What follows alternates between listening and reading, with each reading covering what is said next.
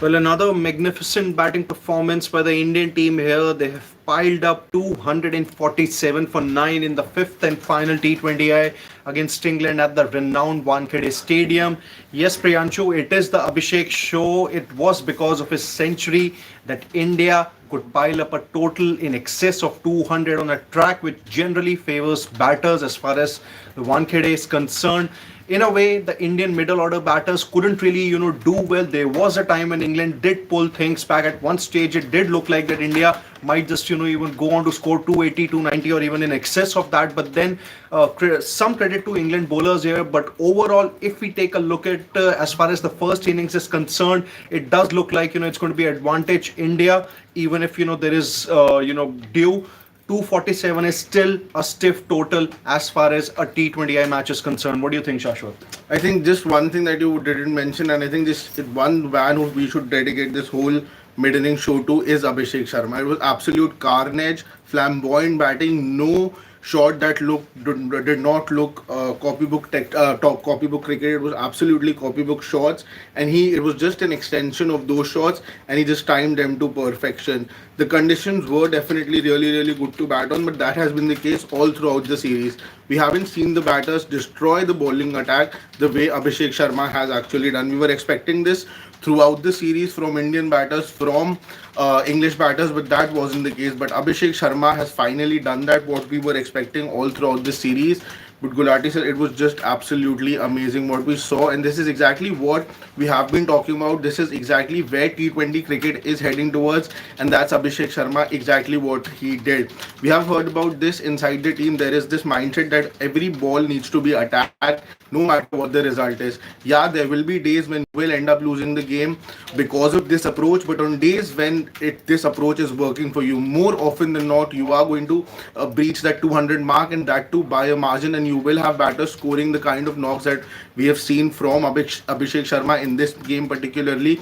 Earlier we saw Tilak Verma do this exactly same thing in South Africa as well. So this is really clear, and credit to Gautam Gambhir and Surya Kumar Yadav both, that this kind of mindset has been instilled in this Indian team, and that's exactly what all the batters showed. Even though not too many people will talk about Tilak Verma, who had that small cameo in the middle order. He also, despite the fact Abhishek Sharma was going all guns blazing from the other end, we still saw Tilak Verma continue to play his shots, and that's exactly what he did. And I think Abhishek Sharma has definitely shown what he's capable of, why he's so highly rated, and why the team has decided and has been giving him a long rope all in the shortest format. Yeah, absolutely. The earlier in the day, I read a comment from Sanjay Manjrekar that Sanju Samson, irrespective of his form, he should be given a longer rope in the Indian T20I side because of the talent he is, or what he generally brings to the table despite his inconsistency. And maybe the same goes for a certain Abhishek Sharma, because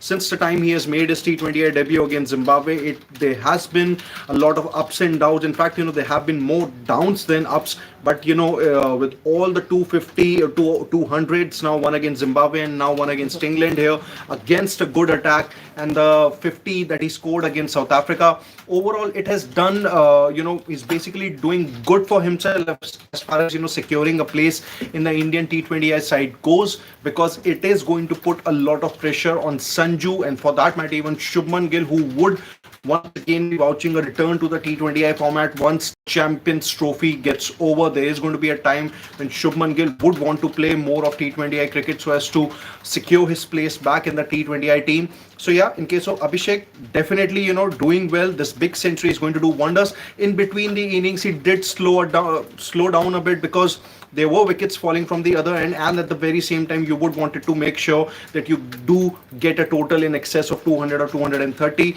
But then we talk about the other batters today. There was a shuffle in the Indian order. There was Shivam Dube, who did bat at number 5. He did score a good 30 odd.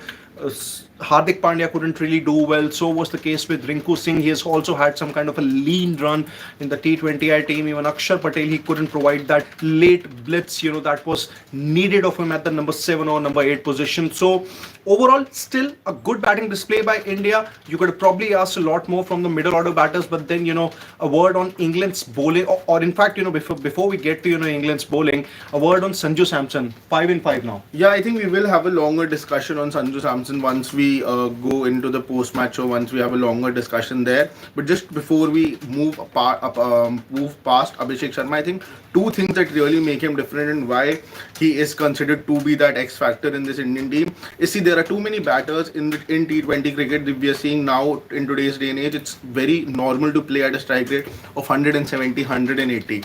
But when Abhishek Sharma is in flow, he takes that even a notch ahead. We have seen that during the IPL also. If you were overshadowing somebody like a Travis Head in your franchise, then I think you definitely have that potential, and we have seen that from him as well. When he's in full swing, he's not striking at 170, 180. It's always in excess of 200. And also on days like this, the bowlers have no other option, because if we just look at it, Abhishek Sharma is not riding his luck. He's not playing any shots which give the bowling team any options. Since the very beginning, he's been playing cricketing shots, and I think that's exactly why the England bowlers did not have a particular plan against an Abhishek Sharma. Maybe if to begin with, we would have gone for reverse sweeps, ram shots and all of these, the England bowlers would have gone to some plan. But because it was all cricketing shots, be it the pull, the way he played over off stump, because that's the plan where bowlers usually head back to as soon as the batter is going after him. So even if when they were bowling on the fourth or the fifth stump, trying to get away from the body of Abhishek Sharma, he still, the cover drives, those extended cover drives where he deposited over covers, those were tremendous shots. Then if they had to go to a plan B, that was bowling the short ball, he was taking the short ball on as well with the pull shot since the very beginning. So he did not, I think it was in a way absolutely a chanceless innings, not just in the fact that there was no catch drop, but also that the bowlers, even though they went to all their options, there was not even one shot where Abhishek Sharma looked in double minds. And I think that is something that makes him really different. You know, at times there can be, maybe the team is instilled with this mindset that you have to go after each and every ball, but to actually believe in that and to actually believe that I can really do that, I think that is something what makes Abhishek Sharma that X factor and a little different, and why this team has been constantly doing this. And just getting to Sanju Samson as well, I think again, even despite the fact that he scored so many runs previously in T20I cricket, this time I think now pressure again back on him, because now we are going to see,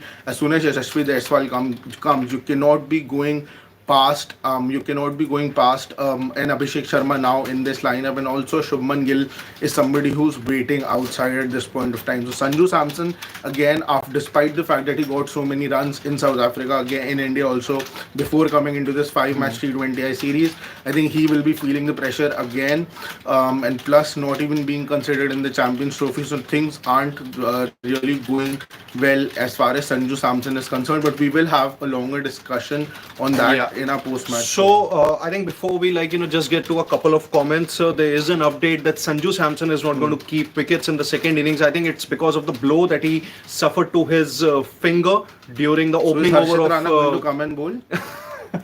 I'm asking.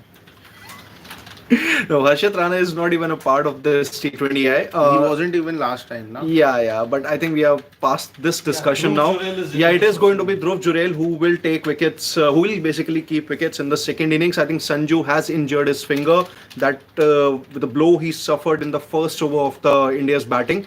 So that's about it as far as this is concerned. So stay tuned to Sports Today, and we are going to be live.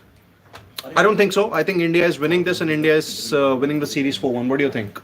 I think it's going to be 60-40. I'm not going to completely take England out, because again, I think they are the team who are going to believe that they can go after this total. They might end up losing the game by 150 runs as well, but at least when they're coming out to bat, they are believing that they are going to go after this total. And you never know, seeing the conditions, plus the way Mohammad Shami bowled in the last T20I, plus also that India going with a spin heavy bowling lineup. So you never say never. I feel that it's going to be 60-40 in favor of India, but I wouldn't be surprised if England sort of get close to that total. Sarath Chandra is very bullish about India's chances. He says India is going to win by 90 runs. Well, 247 on any pitch basically, it's going to be very in any irrespective of the conditions also, it is going to be very tough. There is going to be a lot of dew, something that has been the case at Wankhede. But let's see, the first ball has been bowled and it is a boundary. So we will be back with the proper post-match discussion, and we are going to be joined by Siddharth Vishwanathan at that time. So stay tuned to Sports Today as we'll bring you all the latest updates and analysis from the sporting world.